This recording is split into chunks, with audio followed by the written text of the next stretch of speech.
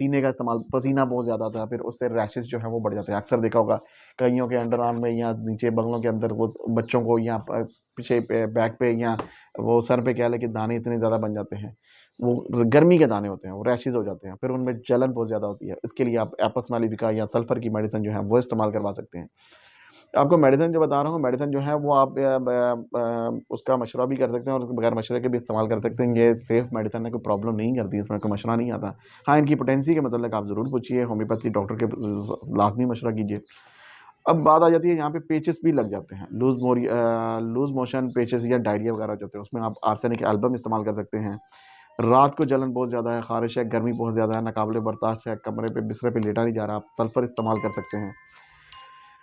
अब यहाँ बात आ जाती है कि मैंने आपको काफ़ी होम्योपैथी की मेडिसिन बताई है, जैसे आर्सेनिक एल्बम है, एपस मैलिफिका है, सल्फर है, बेलाडोना है, ग्लोनियन है। ये सारी मेडिसिन